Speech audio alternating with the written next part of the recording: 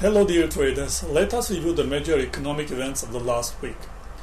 US stocks fell on Monday on expectations of impending rate hike and concerns over weak Chinese trade data. The S&P 500 fell 1% to 2078, with 9 of 10 main sectors closing in the red zone. The energy sector led the declines, falling 1.45% after a decline in oil prices. The Dow Jones Industrial Average and Nasdaq Composite also fell 1%. The employment report came out stronger than expected, with 171,000 new jobs created in October. With 88% of S&P 500 companies having posted their third quarter results, earnings of US companies turned out to have fallen less than initially estimated.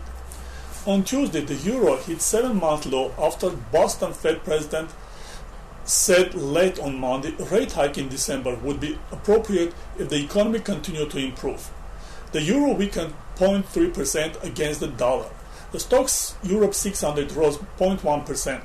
So far, 50% of Stoxx 600 companies that have reported earnings have beaten or met expectations.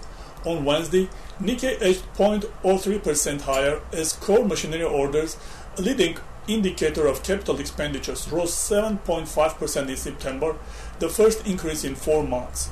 But companies forecast it will rise only 2.9% in October-December after a 10% decline in July-September, indicating a slow recovery from an expected recession. On Thursday, Asian markets were in the red zone because of falling commodity prices. The slump in commodities was caused by the slowing demand for them and their increasing stockpiles, making the demand-supply imbalance even worse. Nikkei index fell 0.9%. The Chinese yuan was weakening against the US currency as the People's Bank of China cut its midpoint rate. The increased global risks due to the terrorist attacks and bombing of terrorists in Syria by the French air forces pushed the gold prices up on Friday. Copper, in contrast, is extending losses, and the Chile's Codelco, the copper producer, has lowered the futures premium at the LSE by 26% compared to 2015. Markets regarded the reduced premium as a sign of lower demand for this metal from China. This week, we recommend paying attention to the Bank of Japan comments on the monetary policy on Wednesday. Next day, the jobless claims will be released in US.